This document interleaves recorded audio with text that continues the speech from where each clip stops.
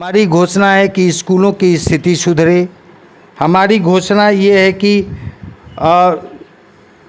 जो मनरेगा के नमस्कार, आप देख रहे हैं टसन न्यूज। मैं हूं उमेश यादव। जैसे कि सारण जिला के डिघवारा प्रखंड के शीतलपुर पंचायत में पहुंचे हुए हैं। पूरे बिहार में पंचायती चुनाव का लहर चल रहा है। इसके दौरान आज शीतलपुर पंचायत में मौजूद है और यहां के नए प्रत्याशी अरुण कुमार सिंह अपने पंचायत में पंचायती चुनाव को लेकर मुखिया के पद पर कूद चुके हैं और इनसे हम जानने की कोशिश करेंगे कि इस बार पंचायती चुनाव में अपने पंचायत को क्या आश्वासन देते हैं और किस मुद्दे पर आ रहे हैं अपने पंचायत में। सर, सबसे पहले हमारे टसन न्यूज में आपका स्वागत है। धन्यवाद। सर, पंचायती चुनाव में आने का मकसद आपका क्या, मतलब क्या सोचकर अपने पंचायत में आए हुए जनता के बीच में? सबसे पहले पंचायत में जो भ्रष्टाचार है, लूट खसोट है, इनको समाप्त करने के लिए, स्कूलों की स्थिति सुधारने के लिए, शिक्षा व्यवस्था, स्वास्थ्य व्यवस्था को ठीक करने के उद्देश्य से मैं इस पंचायती चुनाव में उतरा हूँ। जैसे क्या लगता है सर कि 15 साल और 5 साल के अगर देखा जाए, 15 साल और 5 साल अगर देखा जाए तो कहाँ तक अपने पंचायत को देख रहे हैं? मैं अपने पंचायत को ये देख रहा हूँ कि 15 साल और 5 साल हमारा पंचायत 3 मुखिया को इन वर्षों में देखा है और इसमें स्थिति ये रही कि ये तीनों ठेकेदार के रूप में काम किए। मुख्य रूप से ये मुखिया नहीं रहे। विकास की किरण जहाँ से निकलती है, शिक्षा, उसको इन्होंने छुआ तक नहीं। स्कूल के निर्माण जो किए गए वो सब आज जाकर के उन स्कूलों की स्थिति देखी जाए और मैं देखा हूँ, खुद जाकर के देखा हूँ। कब का बात बोल रहे हैं? 15 साल वाले में? 15 साल जो मुखिया जी रहे हैं पिछला जो टर्म में, उनके शासनकाल में स्कूल का जो भी बहाली स्कूल में और शिक्षा का लेकर भी सरकार की तरफ से आया था, तो उसका आप बता रहे हैं जी। 5 साल का वर्तमान में भी, वर्तमान में और 15 साल में, इधर 5 साल के बीच में तो किसी भी प्रकार के किसी भी स्कूल का निर्माण नहीं हुआ है।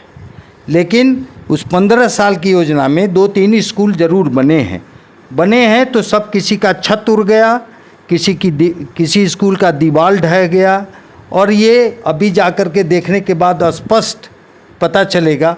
मैं जहाँ जहाँ गया हूँ, बाबू टोला के भी स्कूल की हालत में देखा हूँ कि बरामदे में पूरा जो है ठेवना भर पानी से कम 4 इंच कम से कम पानी बरसात में वहाँ गड्ढा हो गया है बीच बीच में, वहाँ पर लगा रहता है। अभी बनी है वो बिल्डिंग।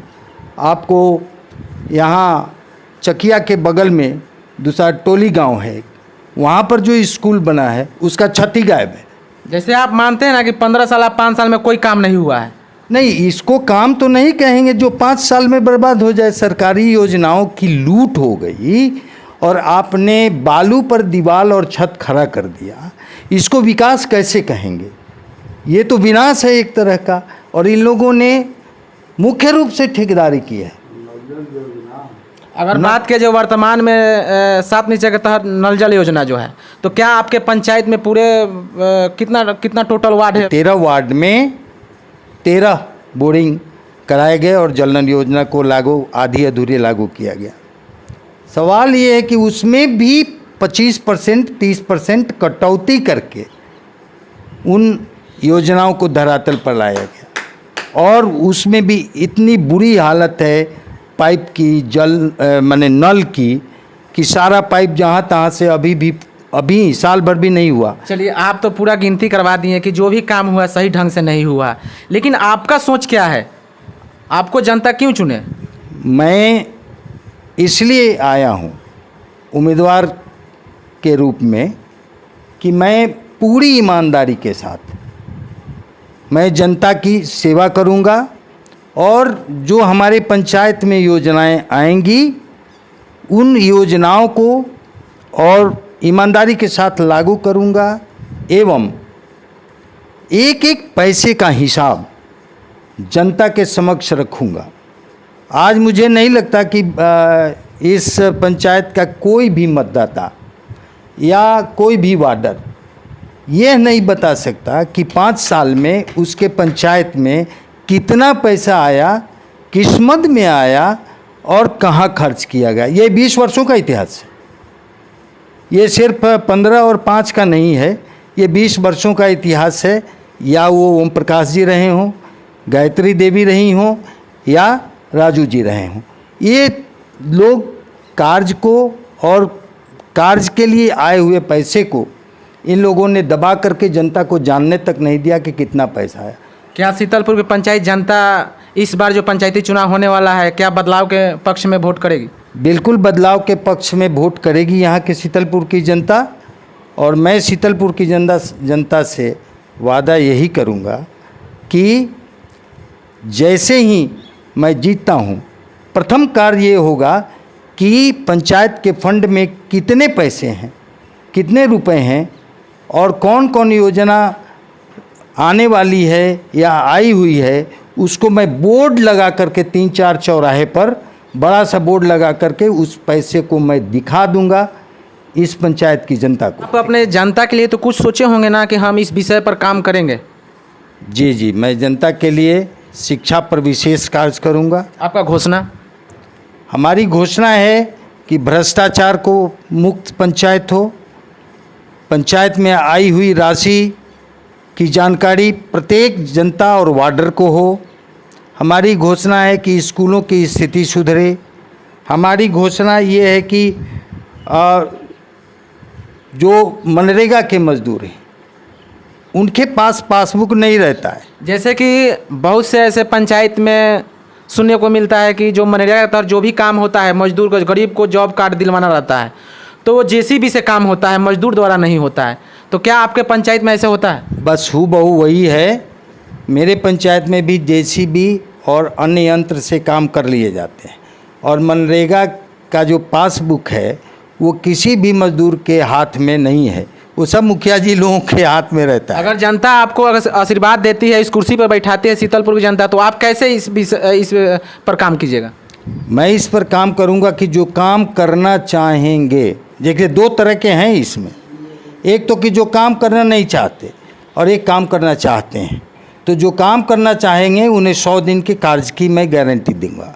और दूसरी बात कि पासबुक उनके हाथ में होते होते उनके पास पासबुक होना चाहिए और मैं उनको पासबुक उनके पास दे दूंगा। वो भी पंचायत में योजना धरातल पर आप उतारिएगा अगर जनता यहाँ का आशीर्वाद देती है तो।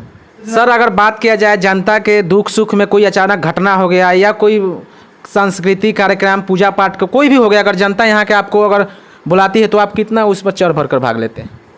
बिल्कुल मैं भाग लेता हूँ। और कार्यक्रम ऐसे यहाँ नहीं के बराबर होता है। यही एक कमी है कि न यहाँ के युवा जो है 1-2 ऐसे दुर्गा पूजा हुआ, सरस्वती पूजा हुआ, कर लिया, मचा दिया, बात ख़त्म।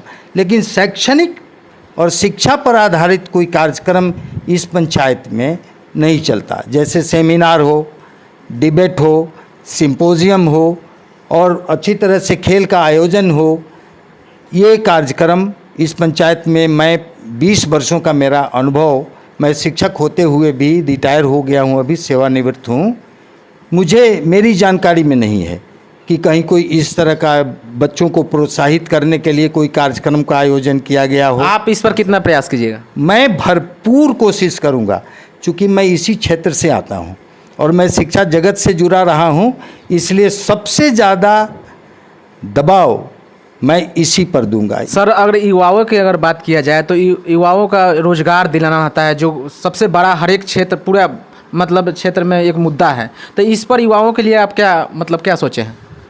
युवाओं के लिए हमारी सोच है कि जो भी योजनाएं यहाँ आएंगी, वो सड़क निर्माण हो, नली निर्माण हो, पुलिया निर्माण हो, इन सारी योजनाओं को वार्ड वाइज जो बेरोज़गार नौजवान हैं उनको ही काम दूंगा और उन्हीं के द्वारा कार्य करवाया जाएगा। मैं स्वतः उस कार्य को नहीं करूंगा जैसा कि पूर्व में होता रहा है। टसन में बात करेंगे। धन्यवाद।